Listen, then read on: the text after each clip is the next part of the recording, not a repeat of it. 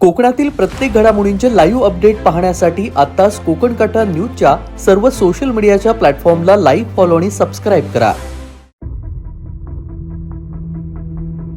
काही दिवसांपूर्वी नाशिकच्या दिंडोरीमध्ये एक भीषण अपघाताची घटना घडली होती, ज्यामध्ये भरधाव चारचाकी गाडी विहिरीत कोसळल्याची घटना घडली आणि या भीषण अपघातात 9 जणांचा दुर्दैवी मृत्यू झाला.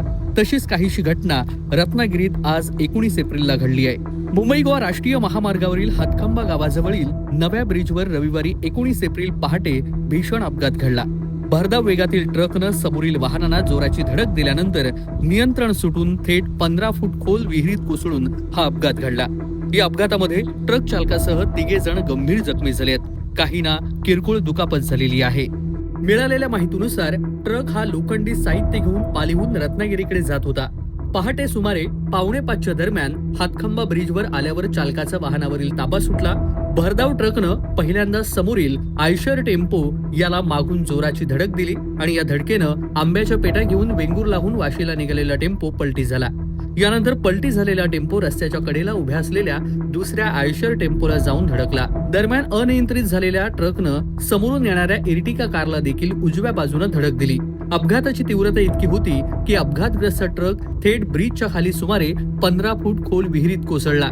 या भीषण अपघातामध्ये ट्रक चालक गंभीर जखमी झालेला असून त्याला बाहेर काढण्यासाठी क्रेनच्या सहाय्यानं बचाव कार्य करण्यात आलं होतं. ट्रकमधील क्लीनर योगेश गौतम माळी वय 32 राहणार धाराशिव आणि सोबतच महामार्गावरील कामगार राजू कुमार वय 19 राहणार उत्तर प्रदेश हा देखील जखमी झालाय.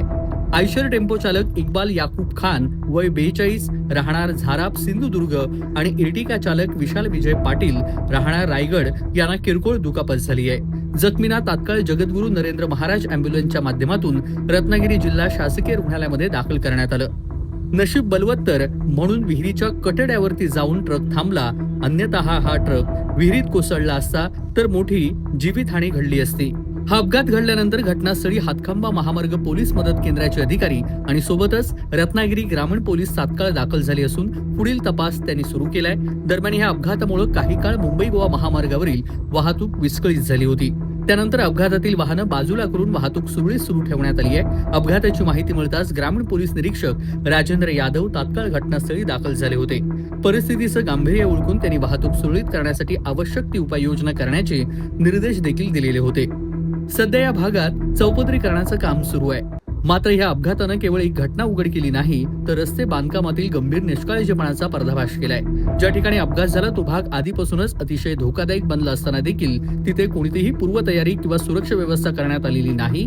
अपघाताच्या ठिकाणी रस्त्याच्या कडेला आवश्यक असलेल्या रेडियम पट्ट्या लावण्यात आलेल्या नव्हत्या. रात्रीच्या अंधारात वाहन चालकांना मार्गाचा अंदाज यावा यासाठी या पट्ट्या अत्यावश्यक असतात. मात्र संबंधित यंत्रणेनं याकडे पूर्णपणे दुर्लक्ष केल्याचं दिसतंय.